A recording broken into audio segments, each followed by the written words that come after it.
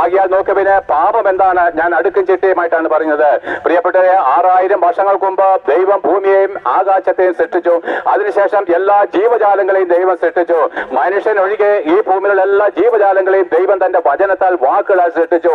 എന്നിട്ടോ അതിനുശേഷം ദൈവം തന്റെ രൂപത്തിലും സാദൃശ്യത്തിലും ഒരു പുരുഷനെ മണ്ണുകൊണ്ട് അവന്റെ പ്രതിമയുണ്ടാക്കി അതിൽ തന്റെ ജീവശാസ്ത്രം ഊതി അവനെ ജീവനുള്ള മനുഷ്യനാക്കി ഭൂമിയുടെ മധ്യഭാഗമായിരിക്കുന്ന ഏതിൽ നിർത്തി. അപ്പോൾ നമ്മൾ യേശുക്രിസ്തുവിനെ പ്രസംഗിക്കുമ്പോൾ എന്നോട് ചിലർ പറയും നമ്മൾ ഇന്ത്യക്കാരാണ്, ഇത് വിദേശി ദൈവമല്ലോ. പ്രിയപ്പെട്ട, ദൈവത്തിന് വിദേശവും സ്വദേശമുണ്ടോ? ഒരു സൂര്യനല്ലേ ഉള്ളൂ ഈ ഭൂമിക്ക്, ഒരു സൂര്യനല്ലേ ഉള്ളൂ. ഇന്ത്യക്കാർക്ക് ഒരു സൂര്യൻ, പാകിസ്ഥാനുകൾക്ക് വേറൊരു സൂര്യന്, ഇസ്രയേലിന് ഒരു സൂര്യന്, പിന്നെ ഹമാസുകാർക്ക് വേറൊരു സൂര്യന്. പ്രിയപ്പെട്ടവരെ, അങ്ങനെ ദൈവം പ്രാദേശികമാണെങ്കിൽ ഓരോ രാജ്യക്കാർക്കും വേണ്ടി ഓരോ സൂര്യനെ കൂടി അതാത് ദൈവങ്ങൾ ഉണ്ടാക്കി കൊടുക്കട്ടെ. ഞാൻ നിങ്ങളോട് പറയുകയാണ്, ദൈവം ഓരോ രാജ്യത്തിന്റെ സ്വന്തമാണെങ്കിൽ, ഓരോ ദേശത്തിന്റെ സ്വന്തമാണെങ്കിൽ അതാത് ദേശക്കാർക്കും അതാത് രാജ്യക്കാർക്കും വേണ്ടി ഓരോരോ സൂര്യനെ അതാത് ദൈവം ഉണ്ടാക്കി കൊടുക്കട്ടെ. കഴിയുമോ പ്രിയപ്പെട്ടവരെ?